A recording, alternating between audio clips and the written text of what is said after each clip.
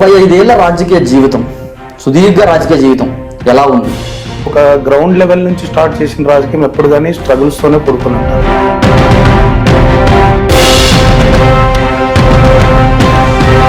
ఇంతకుముందు పాలిటిక్స్ లో కేవలం నాయకులు చెందినటువంటి వర్గ విభేదాలు మాత్రం ఉండేవి. అంటే మాది పొలిటికల్ ఫ్యామిలీనే, అంటే ఒక పొలిటికల్ లో ఒక ప్రధాన పాత్ర పోషించినటువంటి కుటుంబం మాది అప్పట్లో కాంగ్రెస్ లో.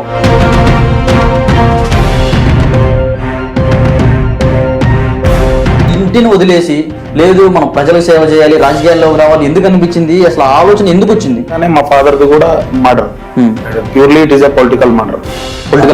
ఏ పార్టీ చేసి ఉండొచ్చు?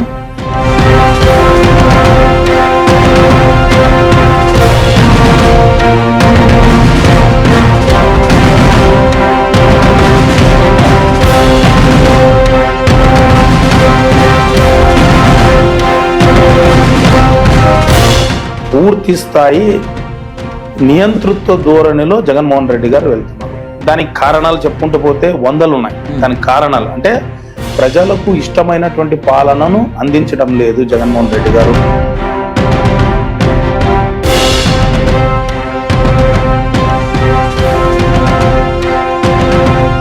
గొంతెత్తిన వాళ్ళ మీద కేసులు, దౌర్జన్యాలు.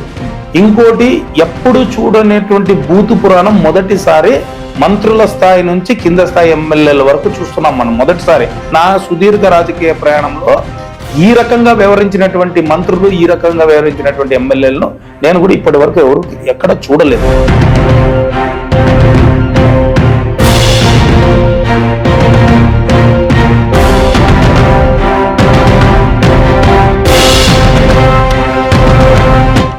రాయలసీమలో జనసేన ఎంతవరకు బలంగా ఉందంటారు?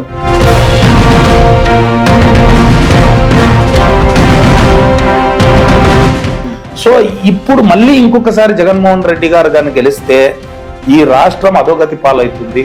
సో ఇప్పుడు నా కర్తవ్యం ఏంటంటే జగన్మోహన్ రెడ్డి గారి పాలన నుంచి ఆంధ్రప్రదేశ్ను రక్షించడమే నా కర్తవ్యం అనేటువంటి ఇది డెసిషన్ పవన్ కళ్యాణ్ గారిది.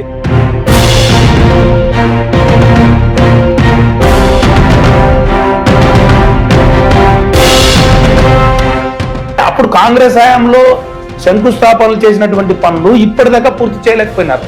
ప్లస్ ఇంకోటి చేసినటువంటి పనుల్లో కూడా అంటే నాణ్యత లేదు. టీడీపీ జనసేన కూటమి అధికారంలోకి రావడం తథ్యం. ఆదోనిని అన్ని విధాలా అభివృద్ధి చేసేందుకు నిర్దిష్టమైన ప్రణాళికలు రూపొందిస్తామని అంటున్న జనసేన ఇన్ఛార్జ్ ఎన్ మల్లప్ప గారితో face to face exclusive interview me S6 news లో.